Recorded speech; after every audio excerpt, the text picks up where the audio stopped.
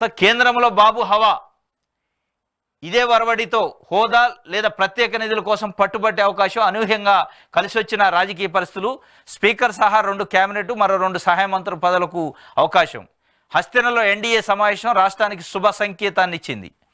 TDP అధినేత చంద్రబాబుతో పాటు జనసేనాని పవన్ కళ్యాణ్ సమావేశానికి హాజరయ్యారు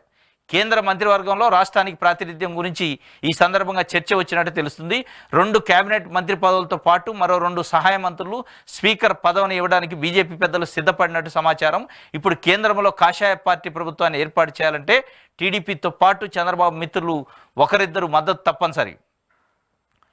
రాష్ట్ర ఆర్థిక పరిస్థితులను చక్కదిద్దేందుకు ఇలాంటి చక్కని అవకాశాన్ని చంద్రబాబు సద్వినియోగం చేసుకుంటారనే అభిప్రాయం సర్వత్రా వ్యక్తమవుతుంది ఇది కేంద్రంలో చంద్రబాబు బాబు హవా అంటే 16 ఎంపీ స్థానాలు వచ్చినాయి తెలుగుదేశం పార్టీకి దేశంలో ఎన్డీఏ గవర్నమెంట్లో ఎన్డీఏ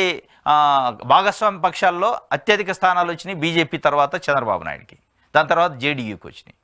కాబట్టి తప్పనిసరిగా మ్యాజిక్ ఫిగర్కి రీచ్ కాలేదు సొంతంగా భారతీయ జనతా పార్టీ కాబట్టి dependent on Chandrababu Naidu and JDU Nitish Kumar కాబట్టి వీళ్ళిద్దరు కీలకంగా అయ్యారు దాంట్లో 16 స్థానాలని ఆంధ్రప్రదేశ్ సంబంధించి చంద్రబాబు నాయుడు గారు దాంట్లో కీలకమైండు కేంద్ర ప్రభుత్వం నిలబడాలన్నా కేంద్ర ప్రభుత్వం కొనసాగాలన్నా సుస్థిరమైన ప్రభుత్వం కేంద్రంలో ఉండాలన్నా చంద్రబాబు నాయుడు గారు అటు నితీష్ కుమార్ గారి చేతిలో ఉంది అలా ఒక చక్కటి అవకాశం వచ్చింది చక్కటి ప్రిఫరెన్స్ వచ్చింది ఏపీకి ఇవాళ ప్రజలు ఇచ్చిన మ్యాండేట్తోని ఈ అవకాశాన్ని సద్వినియోగం చేసుకొని చంద్రబాబు నాయుడు గారికి ఉన్న సీనియారిటీని ఉపయోగించి ఇవాళ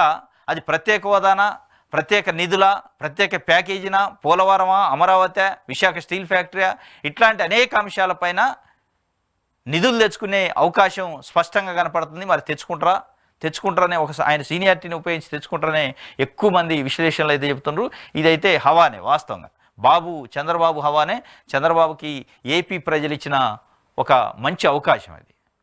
ఆయన సీనియారిటీని ఆయనకి ఇచ్చిన అవకాశాన్ని వాడుకొని అలా ఎందుకంటే గత ఏపీ తెలంగాణ చీలిపోయిన తర్వాత విడిపోయిన తర్వాత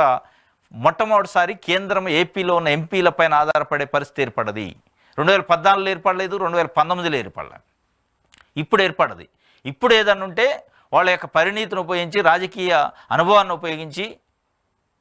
ఇప్పుడు వాడుకోవాలి కేంద్ర ప్రభుత్వాన్ని ఆడుకోవాలి కేంద్ర ప్రభుత్వం నుంచి నిధులు తెచ్చుకోవాలి రాష్ట్రాన్ని అభివృద్ధి చేసుకోవాలి ఇండస్ట్రీస్ తెచ్చుకోవాలి పెట్టుబడులు తెచ్చుకోవాలి ఇప్పటికే రాష్ట్రం అప్పుల్లో కూరుకుపోయింది అంటున్నారు ఆ అప్పుల నుంచి ఉపశమనం పొందాలి ఇట్లాంటి అన్ని కార్యక్రమాలు చేయడానికి అవకాశం ఉంది ఆ అవకాశాన్ని సద్వినియోగం చేసుకుంటే బాగుంటుంది రాష్ట్రం అభివృద్ధి చెందింది మీరు పొత్తు పెట్టుకున్నందుకు ఒక ఉపయోగం ఉంటుంది ఇది దిశ పేపర్కి సంబంధించి